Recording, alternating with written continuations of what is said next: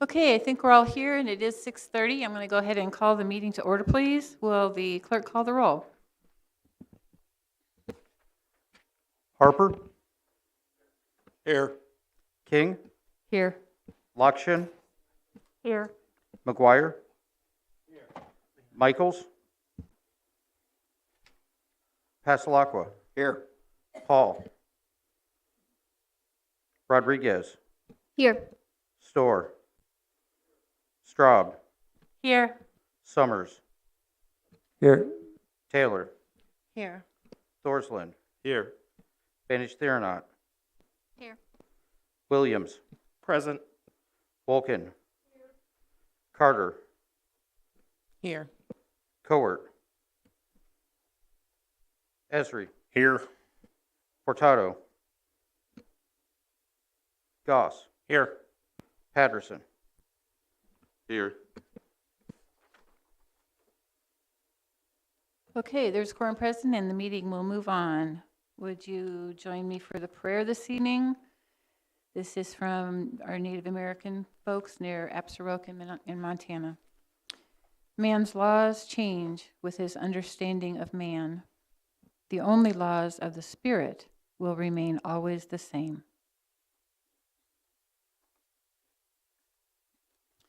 Join me for the pledge.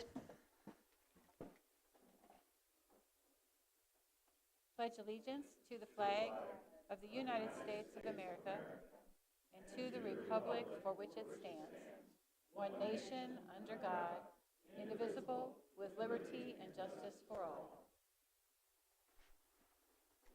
Would the clerk read the notice of the meeting, please? Notice is hereby given that a regular meeting of the County Board, Champaign County, Illinois, will convene on September 22nd, 2022, 6:30 p.m.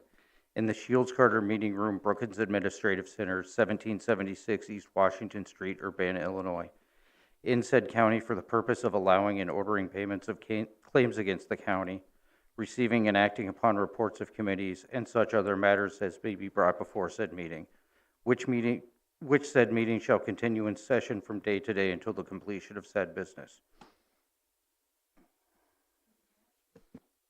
Can I get approval of the agenda? And there was an addendum passed out with another item on it. It's on your yellow sheet. Mr. Esri? So moved. Thank you. Mr. Goss? Second. Thank you. Any discussion on the agenda? Seeing none, those in favor? Aye. Those opposed? Motion carries. Next is the date and time of our next regular meetings. The upcoming meetings are listed on your agenda. Please note that there's a couple of changes from our usual previously posted meetings. The Special Finance Committee of the Whole on September the 29th has been canceled. We're not expecting that there would need to be that meeting. And a Truth in Taxation hearing is added. It's going to be required because of the levy amount. So it's added before the October County Board meeting. During the October County Board meeting, we will hold a public hearing on the proposal to sell general obligation bonds, and I need to read notice of that hearing tonight. Public notice is hereby given that the County of Champaign, Illinois, will hold a public hearing on the 20th day of October 2022 at 6:30 p.m. The hearing will be held in the Shields Carter Meeting Room at the Brookings Administrative Center, 1776 East Washington Street, Urbana, Illinois. The purpose of the hearing will be to receive public comment on the proposal to sell bonds in an amount not to exceed $20 million for the purpose of constructing and equipping a jail facility next to the existing satellite jail, and bonds in an amount not to exceed $20 million for the purpose of renovating, repairing, and equipping the former County Plaza building for the relocation of various county offices. For additional information, please refer to the order calling a public hearing located in the agenda packet on pages 1 through 5. Okay, now we have public participation, and I do believe we have public tonight that would like to speak. The public may come up to the microphone here, and you'll have 5 minutes to talk. The clerk will keep track of the time on the screen. First person will be Steve Schmall.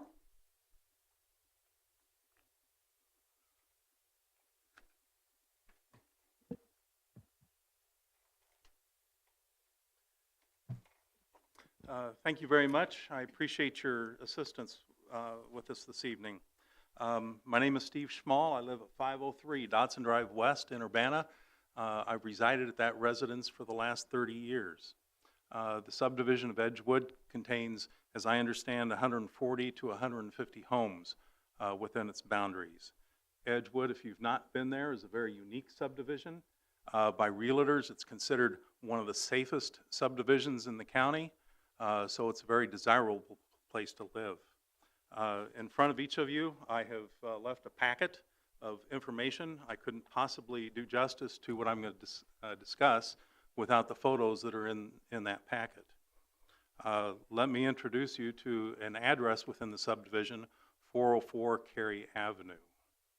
The pictures that you see within that packet were taken about 2 weeks ago. And represented the condition of the yard at that time. Toward the end of the packet, there's also photos of what that property looked like about 6 years ago. So you have a sense of what it looked like then and what it looks like now.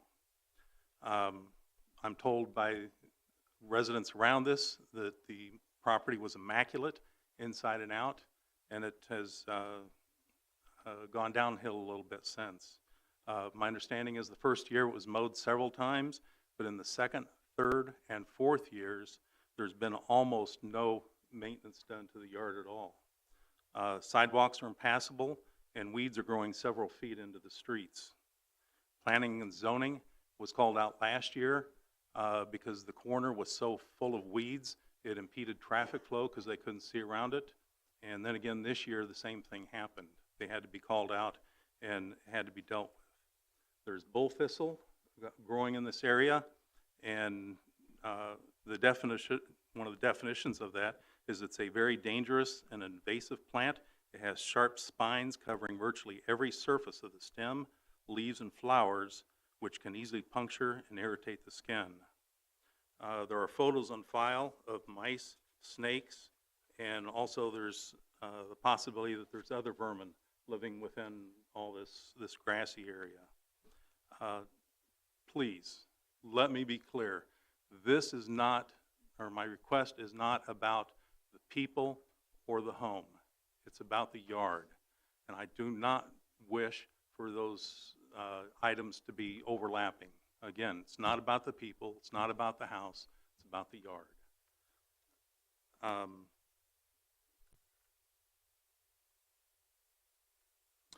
Many homes within Edgewood embrace what we call the natural look, and there's probably a half a dozen of those. Several of them haven't been mowed at all this year, but they have a very dense tree cover. The grass couldn't grow if you wanted it to. Unfortunately, 404 is, for the most part, wide open at the sun, and so plants thrive in that and get huge. And nobody in Edgewood dislikes the natural look. I've got a home immediately next to me with plants that are 6 feet tall, but she takes care of them. They're within a bordered area. She mows her grass, and she works hard at it. It's not something that is easily taken care of. The properties adjacent to 404 Cary will, according to realtors, lose a 10 to 20% loss because of the distraction of all the weeds. Most of these homes are $200,000, and I'll let you do the math to figure out how much of a loss each one of the adjacent neighbors is going to be dealing with. The HOA sent letters through the Nextdoor app, mailed letters, knocked on their door when both cars were in the driveway, and no response has ever been received in all this time. A petition was passed around between the 140 to 150 houses. 128 of those homes agreed with the fact that we need some sort of control to control these kinds of things. There were 4 dissenting people that didn't want to sign that, and then there was a whole handful that wouldn't open their doors at all. And they were afraid to sign the petition because of kickback of some kind. We need your help. Urbana, Champaign, and Savoy all have ordinances that control the grass, And those are on, I went over to the city of Urbana, Public Works, and I got a pamphlet that has dialogue in there regarding that. I see my time is pretty much done. I would be glad to help participate in doing this. I talked to all these people that signed the petition, and I want to make sure that their wishes are respected.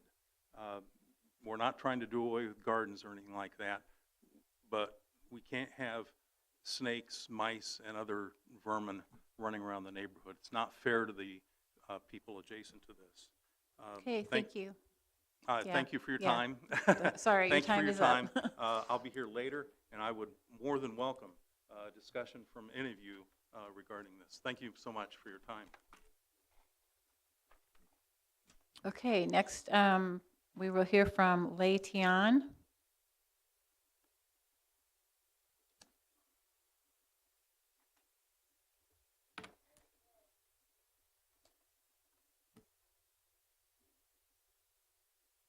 Go ahead, Mr. Tian. Okay, good evening.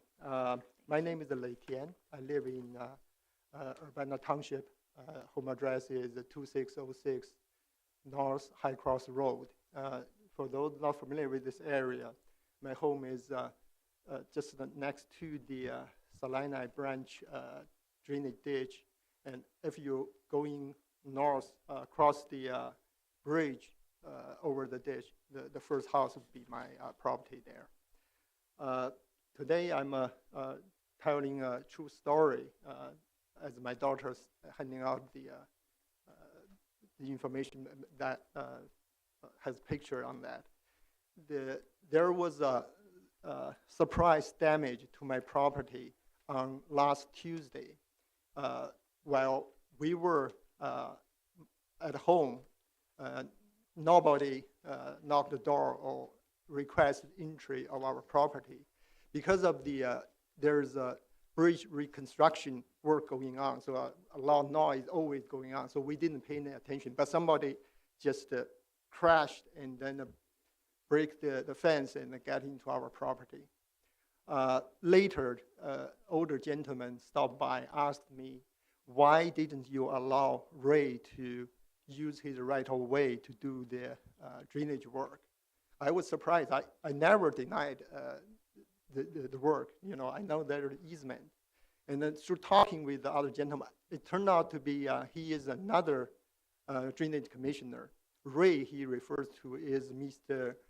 Grist. He is one of the commissioner, and we have been talking. And last year, it started last year. Actually, Ray had been in my property many times, do drainage work.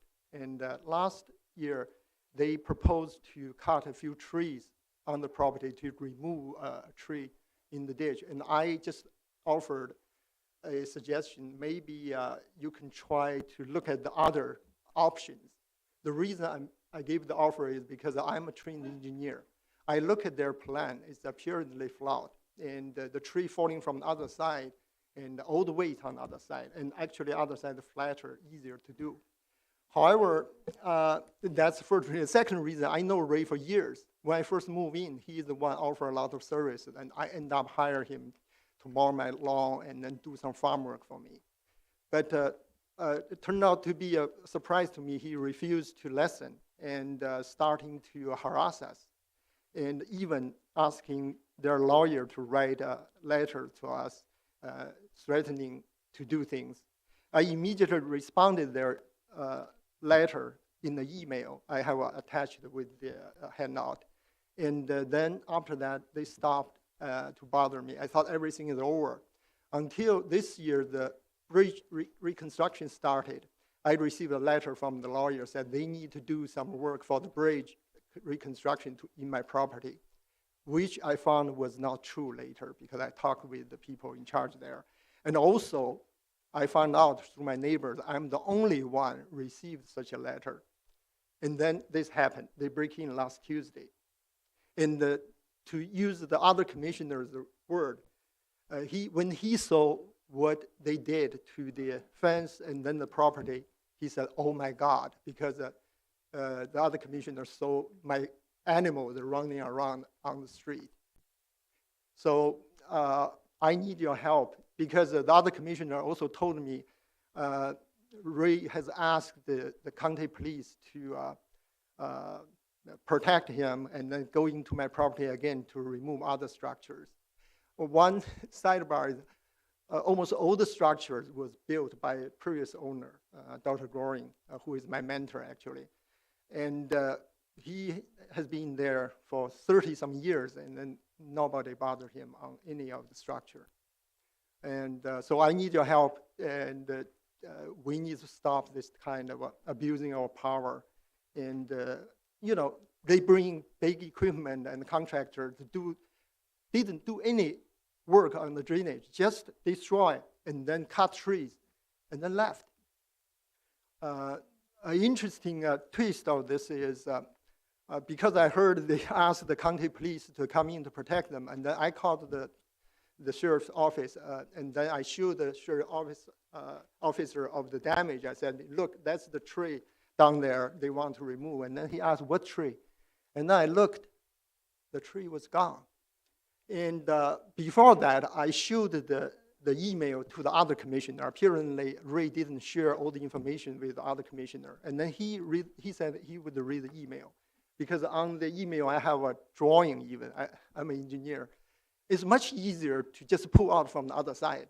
But I don't know if maybe the other commissioner just go in and then remove it or whatever. So they never bother me to into my property. But you know, that's the damage they caused. Okay. Thank you for your attention. Nick Gordon?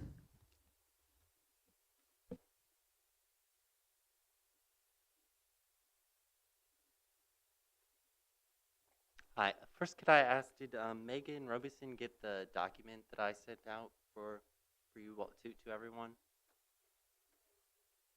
Speaking about this evening. I have a comparative review study of home values in Edgewood. Yeah, we did not get that this that evening. I sent to Megan Robeson. Well, she said that she would have it. Yeah, we'll look for it There are- tomorrow. She's, you Okay. know, she doesn't I'll work in just- the evenings. I'll just go over Yeah.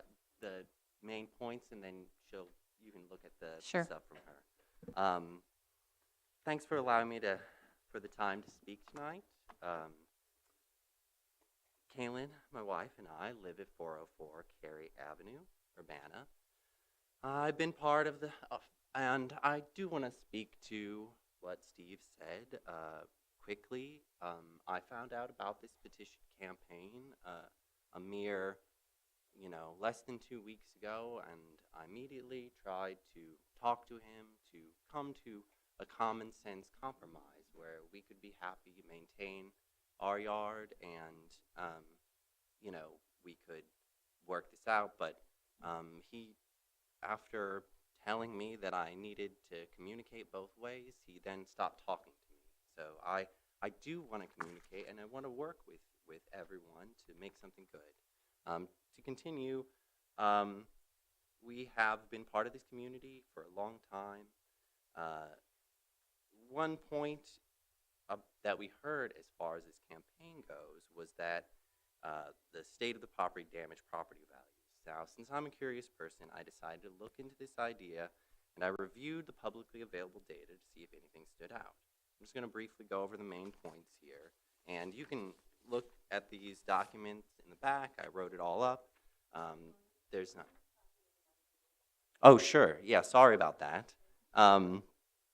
So, yeah, the documents in the back, if anyone else wants to look at it besides the board.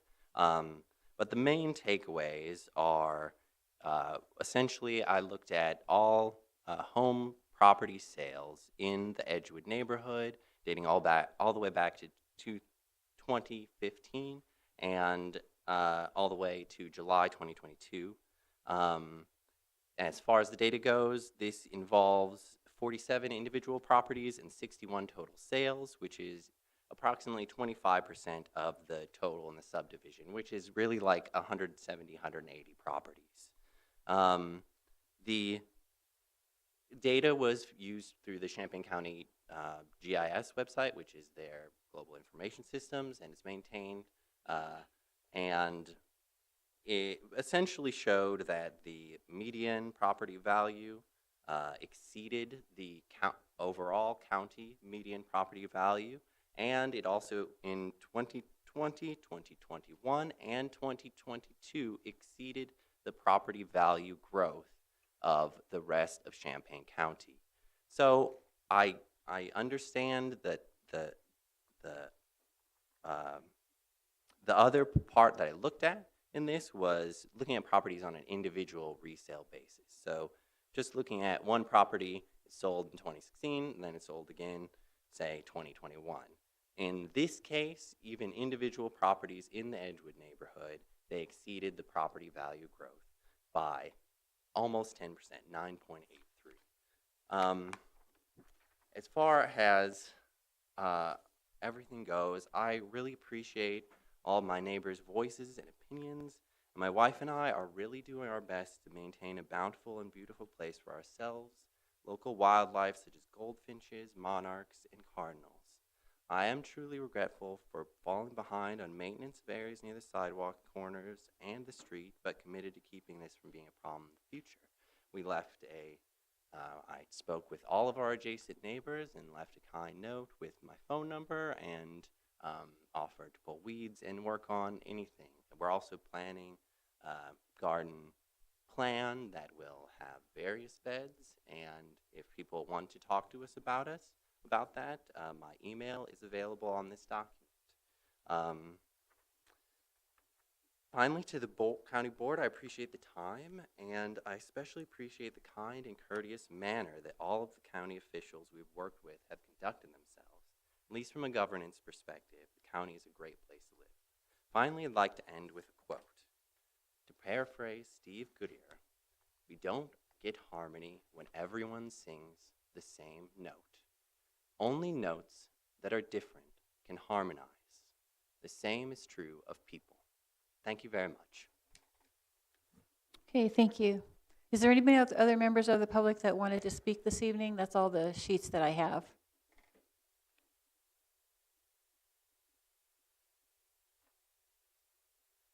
Okay, seeing none, we will close public participation. Thank you, Mr. Goss. Next is the consent agenda. Can I get a motion to approve the consent agenda? Mr. Patterson? Ms. Lokshin? I'll second. Thank you. Those in favor, we need a roll call for this, please. I'm sorry, Mr. Storr? Can I ask to pull something from the consent agenda? Yeah? I'd like to pull resolution number 2022-192 from the consent agenda until we can and consider it at the next meeting. Can you tell me what page that's on? It's at the bottom. It's the first one under policy personnel appointments on the gold sheet. It's I'm sorry, unnumbered. what, do you know what page it's on in the agenda? Oh, page 23. Page 23. First page of the consent I got agenda, 122. D1.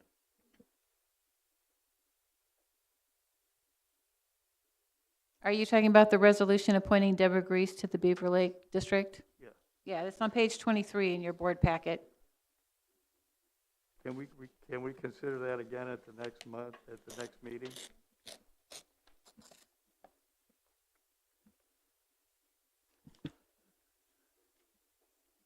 Okay. We have a motion to approve the consent agenda without that, without resolution number 2022-192. I have a Question? question. So that just puts it in the general vote for tonight. It doesn't move it till next month, right? Yes, we'll just take it off the agenda and vote on it separately. Okay, we need a roll call, please. Sorry. Chris, can you speak to that? There isn't any discussion on the consent agenda. No, yeah, we're not discussing the consent agenda. We can pull things off, but there's no discussion. We're either going to vote on it or be done. Okay, so we're going to vote. Would you please take the roll? This is to Harper. adopt the consent agenda minus that one item. Harper. Yes. King. Yes. Lakshin, Yes. McGuire, Pasalakwa, Rodriguez, Yes. Storr, Straub, Yes. Summers, Yes. Taylor, Yes. Thorsland, Yes. Banish Thiranot, No. Don't think he heard you, Beth. Sorry, yes. Williams, Wolkin, Yes. Carter,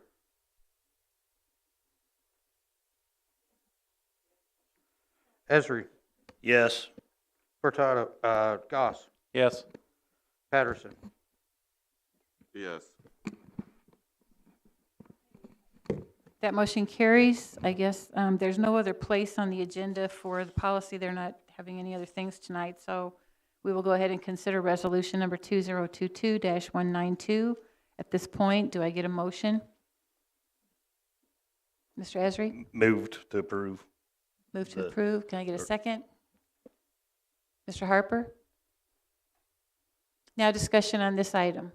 Mr. Storr, did you have something to comment about this item? Yes, we had a testimony, or during the public participation about somebody that I think may be related, that this appointment may be related to the one that Point of order. Dr. Tien spoke about. And I'd like a little time to kind of look into the matter before before we so give me a little time to look into the matter. There's a motion on the table to adopt this resolution.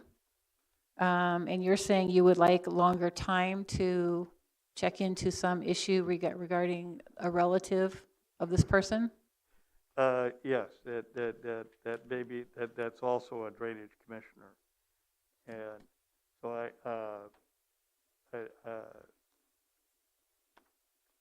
yes. Oh, okay. Mr. Esri? The idea of postponing it, I guess, to me, it was voted on and passed unanimously, or it wouldn't have been on the consent agenda. So it should be on tonight's agenda. As to the relationship between Deborah and Ray, I don't think there's any issue in that, husband and wife. One,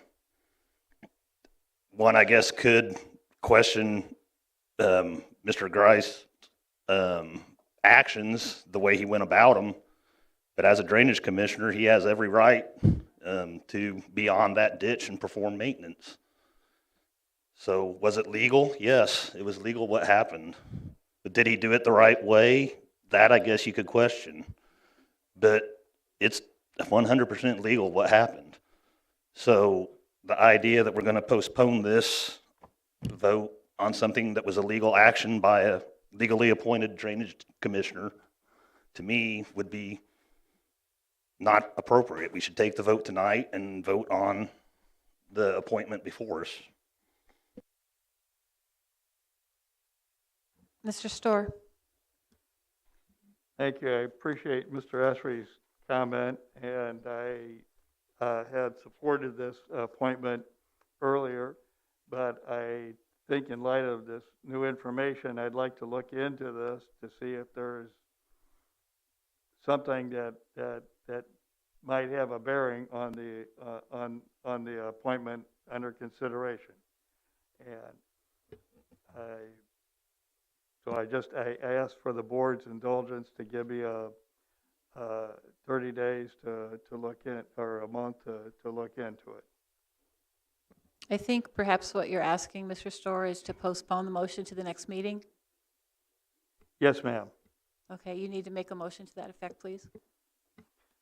I'd like to make a motion that we reconsider, Postpone to the next that we meeting. postpone the vote on resolution number 2022-192, appointing Deborah Grice to the Beaver Creek Drainage District, term ending 8/31/2025. Second, Rodriguez. Seconded by Rodriguez. Discussion on the motion on the, I don't know if we need a, let's see. Postponing. Nope, we don't need a debate. We need a roll call vote. Harper, No. King, Yes. Lakshan, Yes. McGuire, No. Pasalakwa, No. Rodriguez, Yes. Storr, Yes. Straub, Yes. Summers, Yes. Taylor, Yes. Thorsland, Yes. Vanich Theranot, Yes. Williams, No. Vulcan, No. Carter, Yes. Esri, No. Goss, No. Patterson. Yes. Okay, the motion is postponed to the next board meeting. All right, we're down to communications. Does any member of the board have communications for the board? Mr. Pasalakwa. Yes, thank you. I had alluded earlier in the year about a chance for us all to volunteer, and I have a communication from Habitat for Humanity. Hi, Brad, nothing like last minute. Do you think you could swing some people by Saturday morning? I can get all the plants. The long and the short of it is that there was drainage issues on the lot that had to be taken care of by the water company. That slowed things way up. Kim does have material and can facilitate us planning some material. We thought we were going to have to provide it. If anyone is available, I am going to be there Saturday morning at 9 o'clock, 209 Tremont in Champaign. If you could follow up with emails, if you're able to do it, I would love it. I understand it's very short notice, but it'd be a great thing for the community. I thank you all very much. Any other communication from the board? Mr. Harper. I originally had one here I was sent today, and I think Aaron got it. But I have two communications. Everybody needs to understand, any drainage district has the right to easement to maintain. So there's lack of communications between Mr. Grice and the owners, but those drainage districts have easement to maintain those ditches. That's enough said on that issue. Today I received an email from a Deanne Sadler. Says, I don't know how St. Joseph went from 3 polling locations to 1. I'm sure there are a lot of theories out there, so I'm not even going there. I hope that for the general election, we could at least get 1 more polling place. On voting day for primary, there were many people standing in line waiting, which I know for any election, waiting is always there. I always thought for the primary, not as many people voted, so people think things would be slower. But I didn't see that this year. I did go in person to vote at the Prince of Peace Church. I was not happy with the setup. Not sure if either of you went there to see, which I didn't, or if this is a setup for every voting year. But I felt like we were going into a closet. The room was not very big, and I felt the setup was a bit backwards. You got a ballot, basically you turn around to walk maybe 5 steps and vote. Then you had to go back across the little space to place ballot in the machine. The counting machine was at the end of the table where you pick up your ballots. It seemed backwards and congested. And thinking not as many people come to vote in person for the primary, that there could be some issues for the November election. The setup was probably okay for early voting since there were so many days and times one could vote. Thank you. Just hoping that something can be done about the election in November, either for more voting places or a better setup. Deanne Sadler. Thank you. That's all I got. Mr. Esri.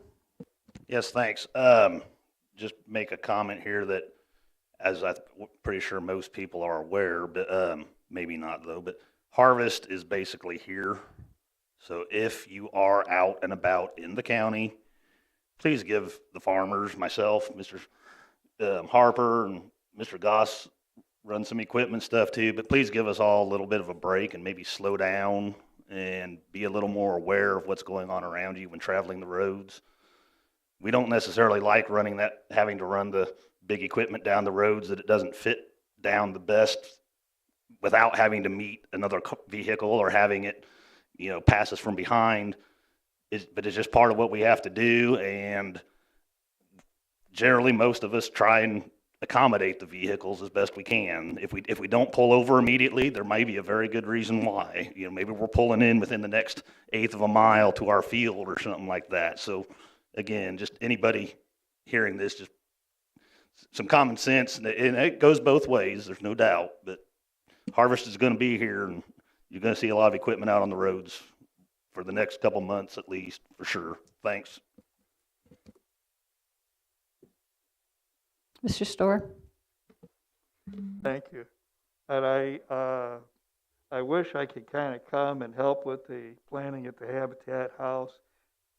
Unfortunately, I've got 4 obligations that morning, one of which happens to be the good old H3 that Coalition is having their meet and greet for all the Coalition members. You may remember we appropriated some money to them for to help with the community violence, and that's going to be at the Illinois terminal at 11 o'clock. Just one of the 4 things, but I sure appreciate Mr. Pasalacqua's work with Habitat, and if there is a way that I can get there to even plant one thing, I will. Mr. McGuire? Thank you.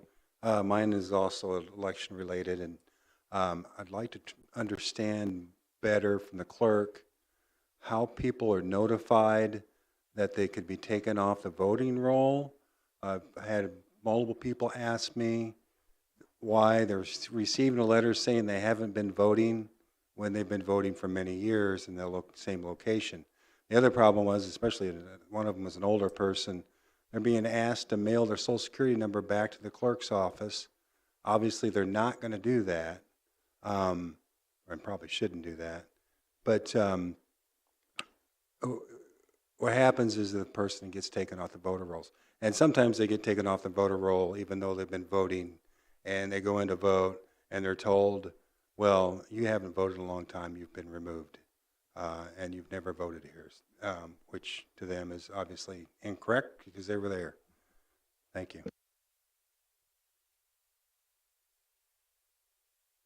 Ms. King? I'd just like to remind everybody that Champaign County has same-day voter registration for everyone who goes in to vote, so. Mr. Williams? I would like to remind, in addition to same-day voter registration, you can go to any polling place in Champaign County and vote, no matter what precinct you live in. You can even go to any polling place and register to vote, no matter where you live in Champaign County, because of how accessible our county clerk has made voting. Also, I think it's important not to put out misinformation regarding the requirements to register to vote. No county clerk employee is going to ask anyone to mail in their social security number. It is a standard part of the voter registration form to either put your driver's license number, ID number, or last four of your social security number. I understand that some of us have a problem with misinformation when it comes to elections, but come on. Okay, thank you. We're going to close communication now. Ready for approval of minutes. Can I get a motion for that? Mr. Goss? Approval of the minutes for August 18th, So moved. 2022. Thank you. Second? Ms. Lakshan? I'll second. Okay. Discussion on the minutes or corrections? Those in favor? Aye. Those opposed? Motion carries. Okay, down to areas of responsibility. The summary of action taken September 13th, 2022 at the Committee of the Whole is received and placed on file. Would the Finance Vice Chair make the committee's recommendation for item number 1? I move adoption of resolution number 2022-207, approving budget amendment BUA 2022-9-10. I can. It's from Fund 1080 General Corporate to Department 023 Recorder. Increased appropriations are $3,276.71. Increased revenue is $3,276.71. Reason amendment required to cover the state stipend that was received by the previous recorder last year. Okay, let me get a second, please. Ms. King? I'll second. Thank you. Any discussion? Seeing none, we need a roll call and 15 votes. Harper. No. King. Yes. Lakshan. Yes. McGuire. No. Pasalakwa. Rodriguez. Yes. Storr. Yes. Straub. Yes. Summers. Yes. Taylor. Yes. Thorsland. Yes. Finish Theorenot. Yes. Williams. Yes. Vulcan. Yes. Carter. Yes. Esri. Yes. Goss. No. Patterson. Yes. My count is 14-4. Matt, is that what you've got? Okay, we did not pass. That does not pass. Okay, would the Finance Vice Chair make the committee's recommendation for item number 2? I move adoption of resolution number 2022-208, authorizing intergovernmental agreement between the City of Champaign, Illinois and the County of Champaign, Illinois regarding the Champaign Diversity Advancement Program, CDAP. Can I get a second? Ms. Carter? Okay, discussion on this item. I would like to see a roll call for this one, please. Okay.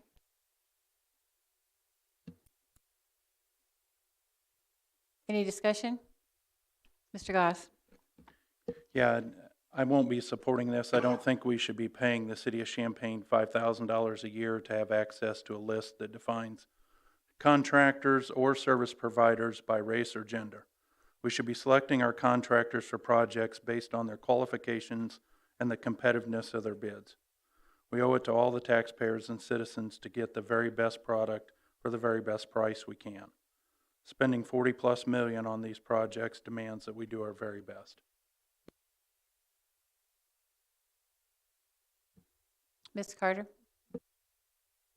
So to me, that just sounded like because you're not being, or you're saying that we should be trying to do our very best. We should be trying to do our very best to include everyone. And we do not. Right now, we have zero black contractors, or we don't have any black, what you call it? Got lost from words. We're not doing any business with blacks. There is a problem. The city has taken the step to incorporate all, to be inclusive with all, and the county needs to do the same. So I will be supporting this tonight.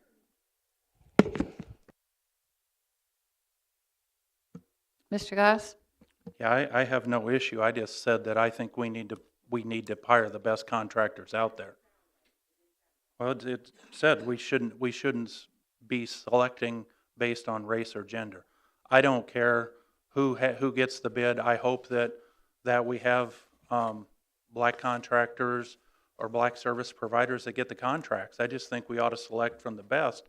And we're shelling out money to Champaign, the City of Champaign, for a list. $5,000 a year for who knows how long. What other options do we have? Do you have any other options? Excuse me, we can't, this is not an argument, Ron, you don't have the I'm floor. asking questions, You Ms. don't Darlene. have the floor. Do we have any other options? You don't have the floor, Ms. Carter. I would just merely state that we get competitive bids, we pick the competitive bid. And that's, we don't see color, we just pick the competitive bid. Okay. Okay, fine, whatever. Okay. Is there any further discussion? Ms. Carter, did you want to say one more thing? Okay, Ms. Straub? I am very excited to support this. I think $5,000 for a list that is generated by another local government agency that is that has the staffing to do it is money well spent. We are committed as a board to ending community violence in our county. And part of that is making sure that there are strong futures for everyone in our county. And we can only do that when we are looking to create a local economy that is more equitable. Ms. Lakshin? I just wanted to make sure we noted that in addition to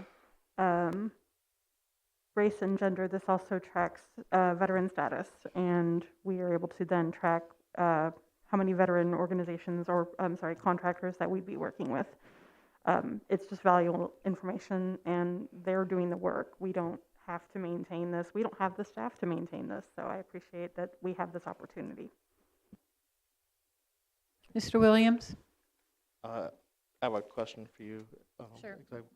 If a county department head wanted to buy, say, computers or office supplies, is there a list that they may reference of approved vendors to buy said supplies from? The county does have a list of vendors that we send out to for various kinds of purchases. So if it's equipment or furniture or things like that, we do have lists that we use to make sure they're aware that we're purchasing things. We do also post it, as you know, is required by law. We post it so other vendors have the ability to apply. For almost all of our contracts, we select based on lowest price, but there's cases where we don't do that for qualifications. But we are in the business of selecting vendors from lists in this county, is that right? Not always, but we do have a. But it does happen. It does happen. And would you agree that more lists is a good thing?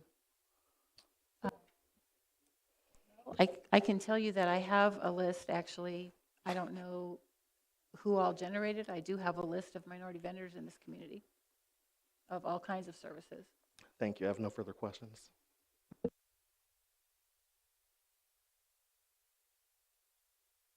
Any further discussion? I just wanted to briefly, respond to Mr. Goss's argument in substance. The point of the list is to address structural biases, right? It's to boost visibility. It is not a list of yes and no. This is a means of informing not only the decision makers, but also pushing people to the front of the conversation who have been typically pushed to the back, right? So this is it's a tool. It is not a simple yes and no list. That wouldn't help us address the roots of the problem. This is the first step in a conversation. Thanks. Any further discussion? Okay, Mr. Williams has asked for a roll call vote. Harper? Nope. King? Yes. Lakshin? Yes. McGuire?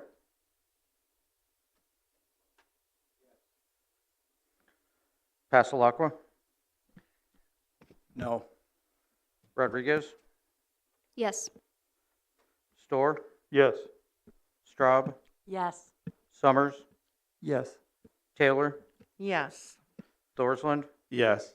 Banish Theronot? Yes. Williams? Yes. Wolkin? No, and it's not because I'm racist. I am tired of being called that. Carter? Yes. Esri? No.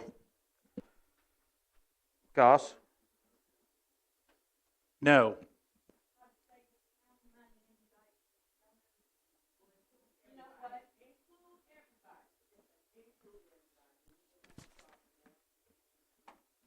Go ahead, Patterson? Matt. Yes. That motion carries. Moving on to standing committees, the summary of action taken, Facilities Committee, September 6, 2022, is received and placed on file. Would the Facilities Chair make the committee's recommendation for item number 1, please? Would the chair be willing to let another member of the committee read this resolution? Ms. Rodriguez? No, I'm just going to ask, you're the chair of the committee. I am the chair. Okay. You're chairing the meeting, though. Are you saying, you're saying no, you will not allow that? I'm saying the chair makes the recommendation if it comes from the committee. Thank you. Adoption of resolution number 2022-209, authorizing the Champaign County Executive to execute an agreement between the county and the East Central Illinois Building and Construction Trades Council regarding a project labor agreement for the satellite jail consolidation project. Thank you. Can I get a second? So Ms. moved. Rodriguez? Discussion on this item? I have a question. Sure. Mr. Passalacqua? The last item was considered a barrier to equal participation. And I would just like somebody to explain to me how this is not one more of those barriers that you're describing to us.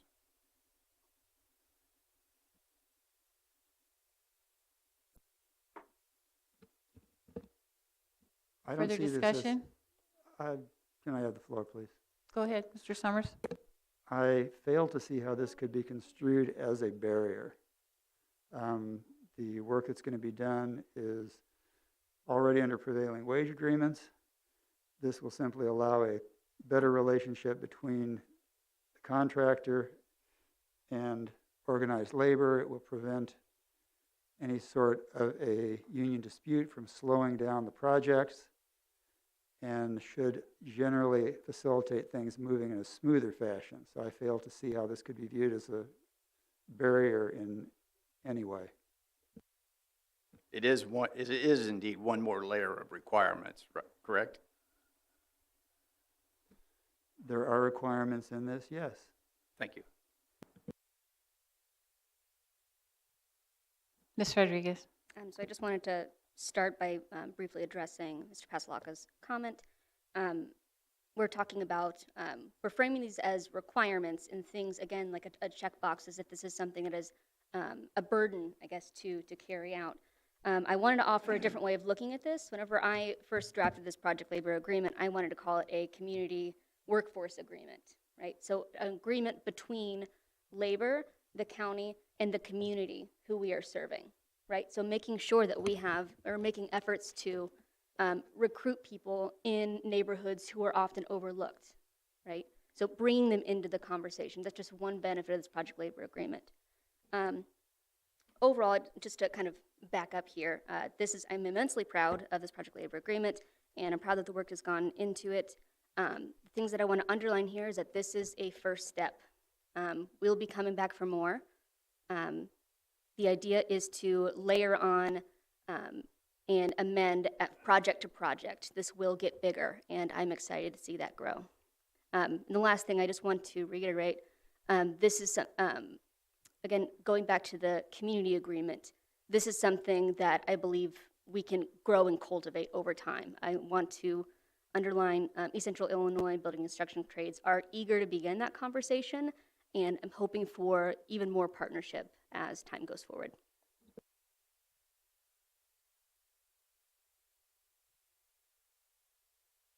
Any further discussion? Okay, and I do want to just add a comment here. To be clear, the county does have obligations with this contract as well. We do not have people doing that at this time. So just be aware of that as well. There will be costs associated with this in future for the county side. Okay. Are we ready to vote? Yes. Okay, those in favor?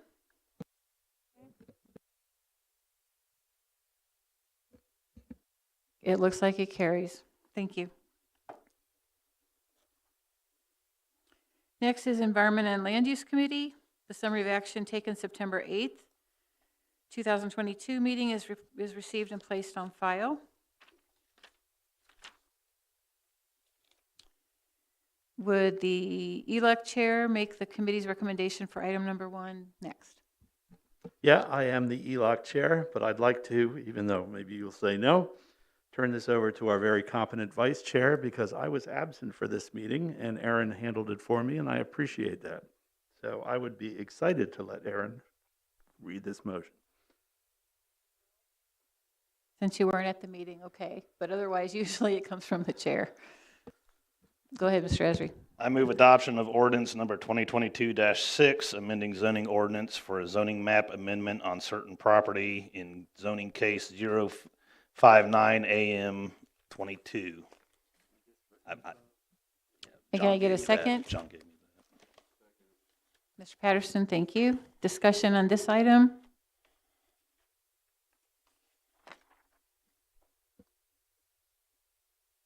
Okay, this one will require a roll call vote with 12 votes.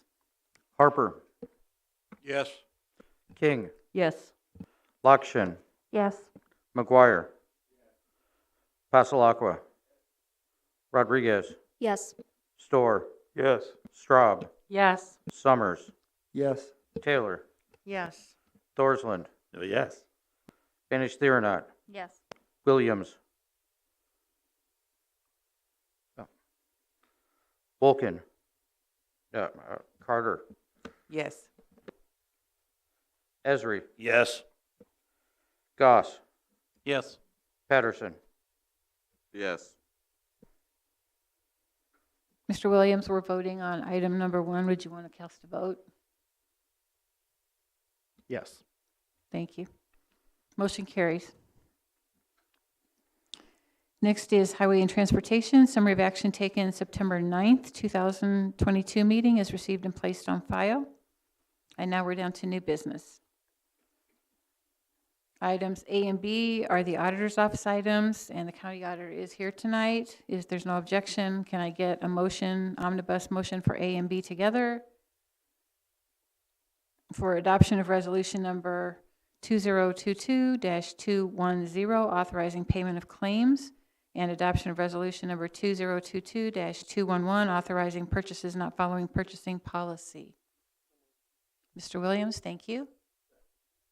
Second, Mr. Thorsland. Discussion on these items? Seeing none, those in favor? Aye. Those opposed? Motion carries. Next is a motion for item C to get on the table for discussion first, and then we will have a short presentation. Can I get the motion to get put on the table? Mr. Goss?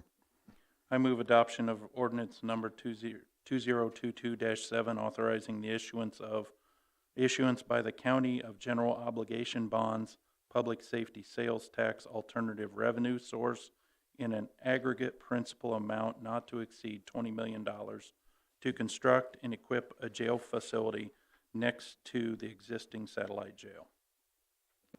Okay, can I get a second? Mr. Storr? Thank you. We have Elizabeth Hennessy here this evening, and Tammy will be at the mic as well to talk about a little bit about the bonds. We haven't discussed those in great detail yet, so we wanted her to come this evening and explain a little bit about it. Thanks for coming, Elizabeth. Good evening. Elizabeth is the county's municipal advisor with Raymond James and is very instrumental in this process. So I'm going to turn this over to her for the presentation. Thanks, Tammy. So I just have a brief overview of the purpose of the bonds, both for the jail consolidation funding and for the county plaza building. So first, the estimated funding sources for the jail consolidation project is firstly the general obligation bonds that are paid from the public safety sales tax. We expect the bonds to be in the amount of $17,313,700 based on current estimates, but the authorizing resolution allows not to exceed $20 million. The county expects to use its ARPA funds of $6,350,000 for a total project estimate of $23,663,700. The next project is the renovation of the county plaza building.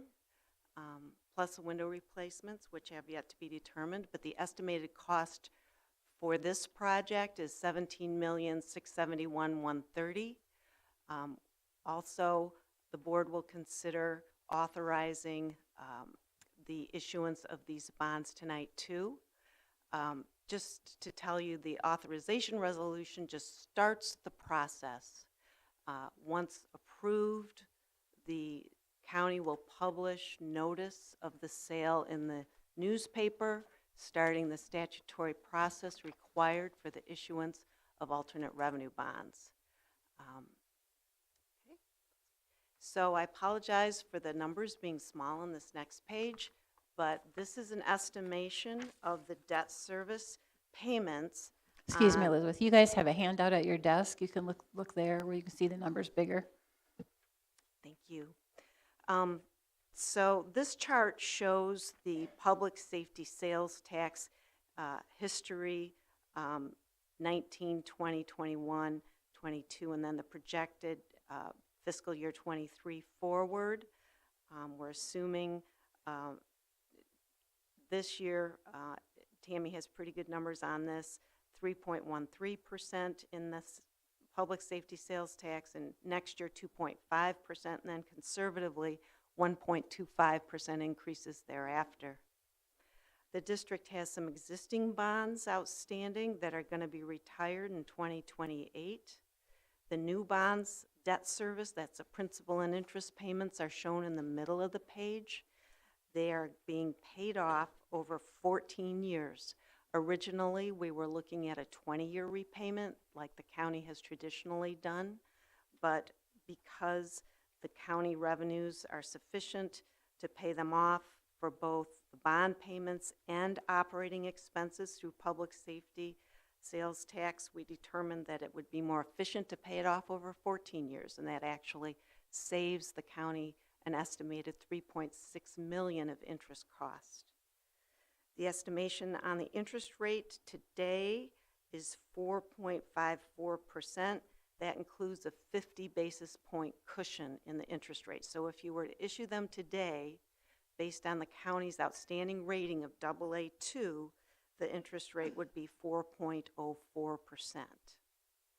As we go across the page, we see the public safety operating expenses and the percentage increase projected in the future there at 2.5%, and then the remaining safety sales tax, and then the coverage amount, which needs to be at least 1 times. So that covers, these revenues cover both the projected debt service and the operating expenses in your budget from public safety sales tax. We can go to the next page. This is a repayment of the estimated $17,670,000 for renovation of the County Plaza building.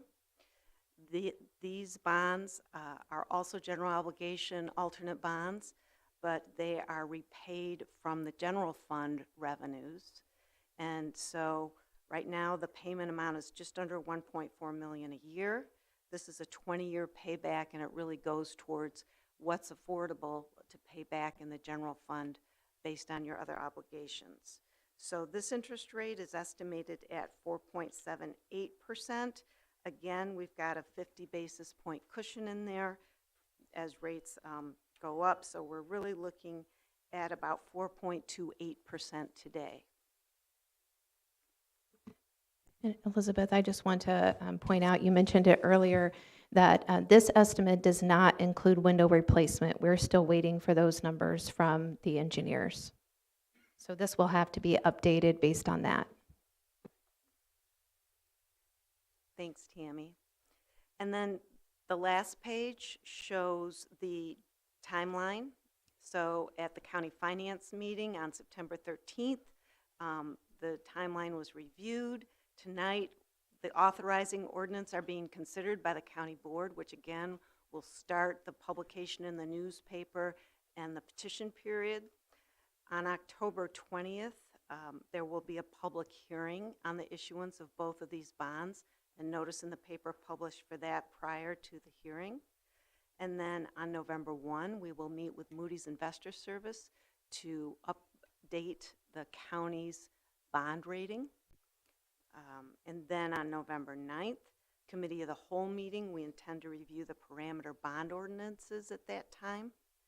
November 17th, we hope the county will approve the parameters bond ordinance, which will be the last legal action on these two issues. We will then sell the bonds on or about November 29th and close them December 20th. At that time, the county will receive the proceeds for the projects. Questions? Any questions of Elizabeth? Mr. Williams? Actually, this is more so for Tammy, probably. Since for the county plaza renovation, since the sheriff is going in there, have we looked into using some public safety sales tax revenue to help pay for that? I would assume since a portion of the county plaza is going to be used for public safety, that would be authorized maybe?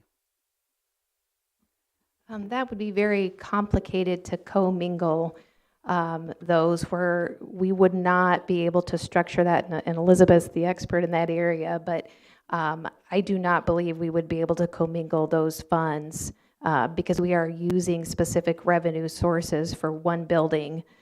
It would be probably not legal, right, Elizabeth? Yeah, I'm not the bond counsel on this, but it would be, it would require carving out a portion of the bonds specifically based, it would require quite a calculation to do the square footage and an allocation with regard to the payback on the bonds.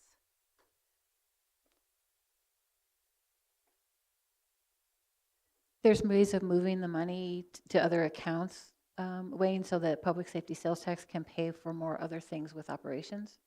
And then general funds can be used for this. Mr. Storr? Thank you. I noticed that, you know, for the, that there's a difference in the interest rate, you know, between the general obligation bonds and the alternative revenue general bonds. Yeah. The Could you reason, elaborate, please? yes, the reason the public safety sales tax bonds have a lower interest rate is because they're repaid over 14 years, whereas the county plaza bonds are repaid over 20 years. And we would repay those county plaza bonds quicker if there were more available revenues to pledge towards it in the general fund, but that's why the interest rate's a little higher on the county plaza bonds.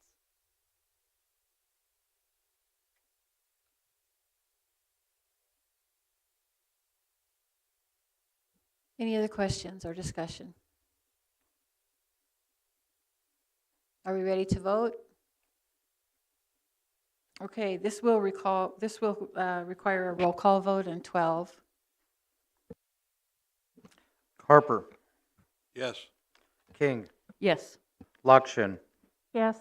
McGuire, Pasalakwa, Rodriguez, Yes. Storr, Yes. Straub, Yes. Summers, Yes. Taylor, Yes. Thorsland, Yes. Banish Theonot, Yes. Williams, No. Carter, Yes. Esri, Yes. Goss, Yes. Patterson. Yes. Okay, that motion passes. Can I get a motion for item D, please? Mr. Goss? I move adoption of ordinance number 2022-8, authorizing the issuance by the county of general obligation bonds, general sales tax alternative revenue source in an aggregate principal amount not to exceed $20 million to renovate, repair, and equip the former county plaza building for the relocation of various county offices. Can I get a second? Mr. Summers? Any discussion on this one? Okay, seeing none, I need a roll call vote in 12, please. Harper, Yes. King, Yes. Lakshin, Yes. McGuire. Pasalakwa. Rodriguez. Yes. Storr. Yes. Straub. Yes. Summers. Yes. Taylor. Yes. Thorsland. Yes. Banish Serenot. Yes. Williams. Yes. Carter. Yes. Esri. Yes. Goss. Yes. Patterson. Yes. Motion carries. Great, that's our business for this evening. We now have other items. The American Rescue Plan Act discussion tonight. We need a motion for item number 1 because it is an intergovernmental agreement with the Central Illinois Land Bank. The board agreed to give them $250,000 more dollars, and we need to revise their contract. Can I get a motion, please? Mr. Pasalakwa, can you read it, please? So we can have the, do you want to read it?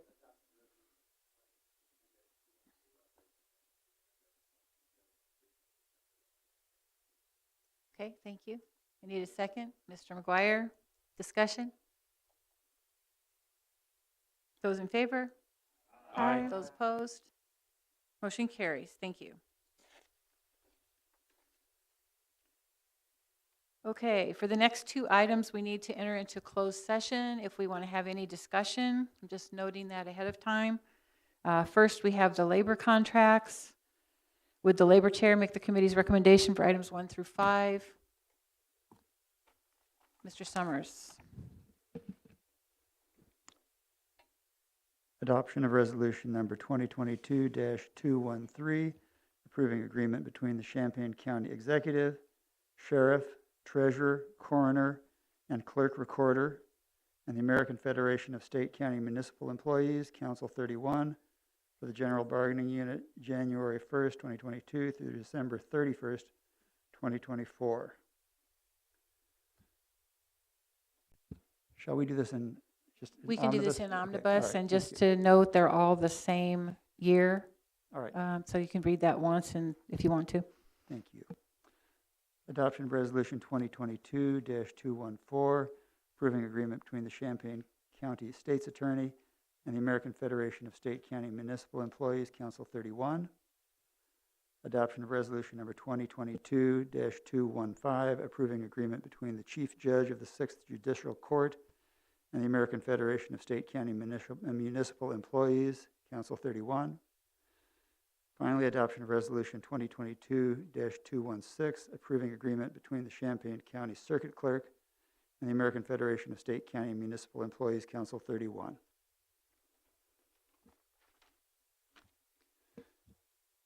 Adoption of Resolution 2022-217, approving agreement between the Champaign County Executive and the American Federation of State County Municipal Employees, Council 31. Okay, I do need a second. Mr. McGuire? If we want to discuss, we need to go into closed session.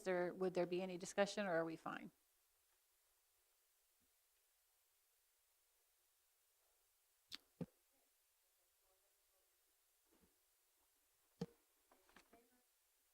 Those in favor? Aye. Those opposed? Motion carries. Thank you. Then we have the semi-annual closed session minute review. It's been circulating around the room. Everybody, I believe, has had a chance to look at it. Can I get an omnibus motion for items 1 through 3?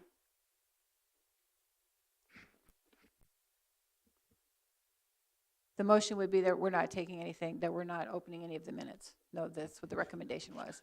Mr. Esri? So moved. For these 3, for the county board? Yeah, for keeping the minutes closed for the county board, county administrative search, and nursing home board of review as recommended. Okay, we're keeping the minutes closed for those 3 committees.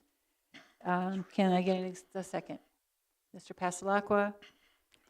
And again, no discussion. Are we okay with that? Okay, we need to vote. Those in favor? Aye. Those opposed? Motion carries. And item D, which is in your addendum, this is your last item here tonight for other business. The yellow, I'm sorry, yellow paper. Can I get a motion? Ms. Van Each, there not? You need to read it, please. Adoption of resolution number 2022-218, authorizing memorandum of understanding between the Champaign County Board and the Regional Planning Commission to utilize facility for early childhood education services. Okay. This is a result of the county purchasing the building, and the Regional Planning Commission will be leasing it from us at that time after we purchase it. Any discussion? I'm sorry, we need a second. I'm sorry, Mr. Goss? Second. Okay. Any discussion? Okay, seeing none, we can vote on this one. Those in favor? Aye. Those opposed? All right, motion carries. Thank you. All right, now we're down to discussion information only items. Next is the fiscal year 2023 county budget. I'm happy to say we're giving the county board the county's 2023 budget for its review at this point, and there's an additional handout on the coral colored paper, which is the memo regarding the ARPA section, which was not presented at the legislative budget hearings because we weren't quite finished with it yet. So Kathy and I have been through this, and we have taken the suggestions from the legislative hearings, the finance meetings, other meetings we've had, and tried to incorporate whatever seemed to be the appropriate things to include. This is the list of the items that have been included in the ARPA budget at this point, and suggestions for ways of spending the items that are not included at this point. So I give that to you as well as the larger budget item, which is posted online and that you received earlier from the legislative budget hearing. And at this point, it's up to the board to review and make determination about how we're going to spend this. So there can be further discussion about this in the October meeting, and then it gets placed on file at that time for the public to have one last chance before the final approval at the November meeting. So that's the timeline on that. Does anybody want to say anything else about the budget tonight, or questions or comments? It's a discussion item. Mr. Goss. Just a comment. There usually is decision points, and the budget itself is presented without decision points because there really are none. We talked about it when the presentation of the budget. That means the budget is tight. So Well, there are two decision points. One would be to take a look at these ARPA suggestions, and Right. what's included is what you want included, and not all of those we've talked about in great detail, but we've mentioned at various times, so be sure those are what you want to include in terms of budget items. And then the second thing is that the county board has a budget itself, which we have kept a line item called the county administrator. In every year during my term, the county board has allocated that to other uses, some other kinds of initiatives or projects. The last couple of years, it has been used for the ERP project manager. We still will need that next year. That will be it. And then also you have a grant writer presently part-time. That money's been used for that. So we would hope, we have budgeted keeping those two in the budget for 100,000 of those dollars. And then there's a little bit set aside for professional services, which could be legal services or other things the board needs in terms of maybe the bond consultant, things like that. And then the third thing, Tammy, remind me, what's the third thing? Oh, that was the CDAP. It's the $5,000 for CDAP was coming out of that, because that's an annual fee as well. So those are the things that are currently in that line item, and those are the two decision points, really. We can just say that that's fine tonight. If there's any objection to those things, that's what's in the budget at this point. If there's no objection, we don't have to discuss it further. And as you know, we did cancel the finance special meeting because there didn't seem to be a lot of controversy about that. So I guess looks like those are fine. We'll move forward then. Okay, great, wonderful, easy year, wonderful. I can't tell you how hard it was to get to this point. So I'm glad. Tammy's glad. Okay. All right, so that's it for the budget tonight. Kathy is here, I believe, to give an update. Tammy, oh, I'm sorry, we missed property tax levy. Tammy, do you want to mention something about that? As Darlene stated earlier, we will have a truth and taxation hearing prior to the October County Board meeting to fulfill our statutory requirements for the property tax levy increase, which is 7.79% this year. The CPI was 5%, and then we were able to capture almost $128 million in new growth revenue, and that is what resulted in almost a 7.8% increase in the total property tax levy. That also translates to a slight decrease in the rate. There's no action for this item. We're just required to disclose it. Thanks, Tammy. And then Kathy is here to do the ARPA update for the month. Yeah, we included the monthly update in the packet, and we'll continue to update the chart with the outcomes. Probably as we do the quarterly reports, we'll have more data in that section, since that'll be the time when we collect more information from each of the agencies. We've listed where we're at with a lot of these contracts. Of course, there's a lot of contracts in the works that are already underway. We also have contracts that we're still drafting and other contracts that are in process of signatures from those agencies or review by their boards. So we've listed the status of those contracts there. We've also included the timeline as usual. And then there was a revenue and expense projection sheet from last week, but then Darlene included an update today. So that's in there as well. And I'd be happy to answer any questions on specifics. Ms. Carter. I was just wondering any updates. I was contacted to see if, like, when the contracts were going to be distributed to the organizations that were awarded the money, the ARPA funds. So I was just wondering, have all of the organizations received their contracts yet? Thank you. Yeah, we have about, I think, 31 to 34 that we've distributed to outside agencies. Probably about 7 of those are waiting signatures from those organizations. And I believe we have 5 in process that we're drafting currently. So, that's where we're at. If you want to know specific ones we still need to draft, I can tell you those. But we've got about 31 to 37 that we've already distributed or are completed in, as far as execution. Yeah. Thank you. Just to update you on the process, once the board makes a decision about the projects that we want to do, Kathy has to draft the contract. We have some standard language that we use in each of them, but they're all different projects, and so they require a little bit different. We try to work out with each of the agencies or organizations what the best way to do the payments are, like whether it's quarterly, monthly, whether it's, by the invoicing or however we want to do that. We try to work out the details for the outcomes, because Kathy has to do that for the reporting. They have to fill out a risk assessment sheet because that's required by Treasury. So there's steps that we have to go through to do this. It usually takes, I would say, between a month and 6 weeks to get the contract negotiations and the paperwork worked out, and both attorneys on both sides look at everything. That's about right, Kathy? Yeah. Yeah, so that's kind of the time frame. We've done it. I will say publicly right now, Kathy's done an incredible job with getting the number. Well, you guys, I don't realize she told you there's about 50 contracts we've been working on in the last, 8 months. So she's done a really great job on that. Thank you.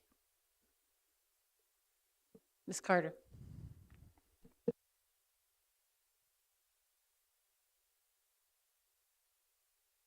Are you raising your hand? Yeah. So this was on the 15th. So, hi, still nothing from Ms. Darlene. Just wanted to make sure I didn't miss anything. Thanks again in advance. So this is the Camp to Manhood, Banio. Yes, so they're on the list for currently being drafted with the others. Yeah. So he's a part of the 5? Yes, he Okay. is. Yep. Thank you. Mr. Storr. How are we doing on getting some of the small business grants to the EDC, Chamber of Commerce, and so forth? Yes, so we do have a signed contract with EDC for the talent attraction For the chamber, there's 2 contracts, one for e-commerce and one for microloans. They're currently in review with the chamber, so they're drafted, and they're taking a look to see if they want any changes to those.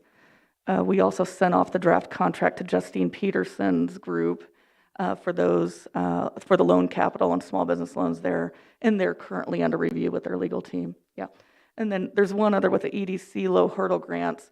They're not ready yet to have that contract in place. Yeah. Do you have any idea when the low hurdle how that's coming? Yeah, I think they were waiting on additional grant funding from elsewhere to pair up with it, but I can check with Carly to see status. Yeah, yeah.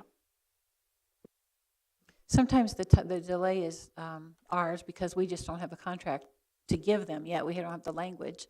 But sometimes the delay is on their side because their board only meets once a quarter, or they have to have their attorney look at it as well, or they're not ready. They don't have the pieces in place. And I will say one of those, you noted during this meeting, like for example, the H3 group is going to be meeting Saturday. They have not ever met as a group. This will be the first time. So they don't have their way that they're going to do their subgrants worked out yet. So that's, we're kind of waiting on how that will happen. Yeah. I appreciate that, and I'm awfully glad that I'm not working on trying to divvy out the stuff for the low hurdle grant. Mr. Thorson. Just generally, when we first were fortunate enough to be on the board, when all this money became available for us to do all of these things that we've done, it seemed like such a huge task. And I just want to thank Kathy and everybody who so quietly have just moved all this forward. You come to us, you give us a report, maybe 10 minutes, you sum up what's got to be just the teeniest tip of an iceberg of work that you've done. So I appreciate it. I think a lot of people appreciate it. And I think this has really been a fortunate time for the community, and I'm glad that we had the opportunity to do this.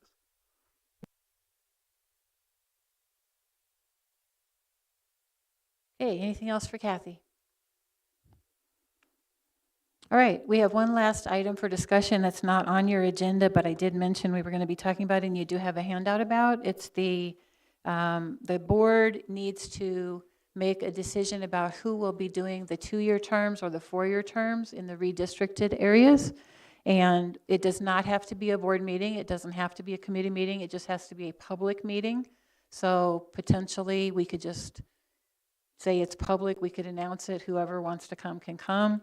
What I'm hoping is that we can do it after one of our upcoming committee meetings, and I'm thinking the committee of the whole would maybe be the best, since everybody will be here anyway. We could just do it after this meeting, and it will be public. We'll announce it's going to happen. Anybody can come that wants to, and you guys will draw the lottery for who's going to do the 2-year terms or the 4-year terms in the upcoming election. And there's a process to do that, which I've given you. It's the ordinance that was passed last time by the board of how it gets done, so that it's fair with everybody, and we can try to see how that will work. If that's fine with everybody, we can go ahead and do it that way. If there's objection, let me know now. Mr. Williams? So do we need to pass another ordinance? Because there's several references to a specific meeting in 2012. I've talked with the state's attorney about it. As long as we're following the procedure that was set up, we don't really need to do another ordinance. And I will tell you also, the ordinance that was specified in 2012, which was the last time this was done, specifies, as the state statute does, that this needs to be done by September 1st. We weren't able to do that because of the delays in the way that the elections were done this year, and so we will not meet the September 1st deadline, but I don't think anybody else is meeting it either.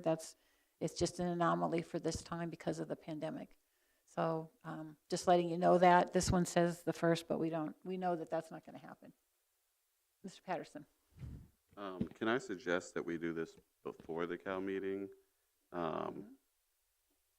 Nobody ever knows how long that meeting's going to be, and it just, if it's a public meeting, it seems more clean to do it before, because I think it'll be a lot quicker than the Cal will. We could do that, except we also have to do the Truth in Taxation meeting.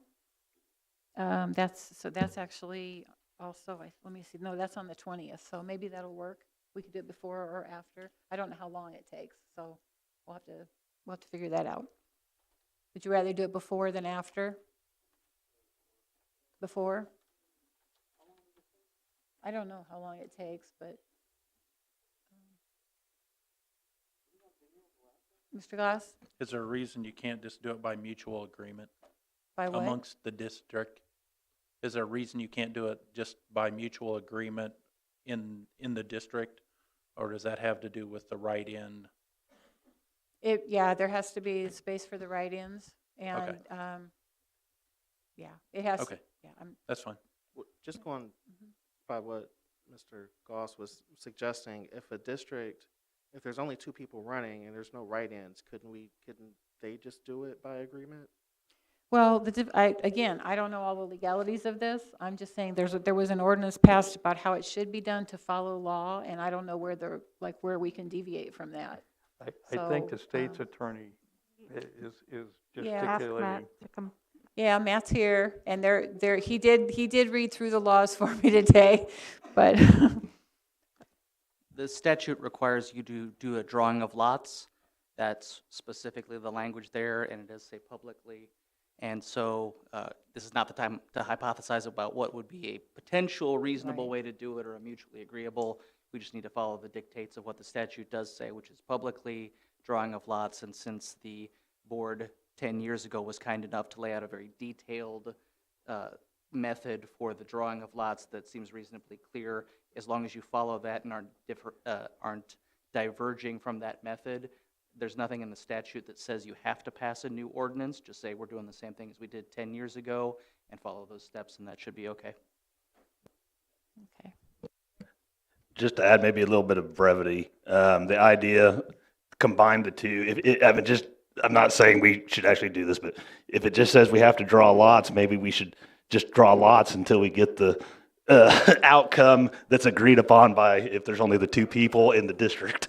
I would not legally recommend that, sir. I'm not saying we should, but like I said, just the brevity, the idea that we'll just draw lots and, well, we didn't like that outcome, we'll draw them again.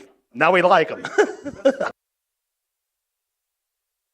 All right, I will take a look at the date and see what else is going on at the meeting on the 11th, and we hopefully can do it before the meeting. And if there's a bunch of stuff, like if we already have to do something else before the meeting, we might have to do it after the meeting, but that would be a good day for everybody. Mr. Williams, you had something else? Who in fact draws the lots? I do. You draw the lots? It can't be, not you guys, or you could each draw your own for your district. Then you have to take turns. I just think we need to discuss who draws the lots, maybe not at the meeting, but. Okay, we'll discuss who draws lots. All right. That's it for business tonight. Thank you all. It was a good meeting this evening, and I now call the meeting adjourned.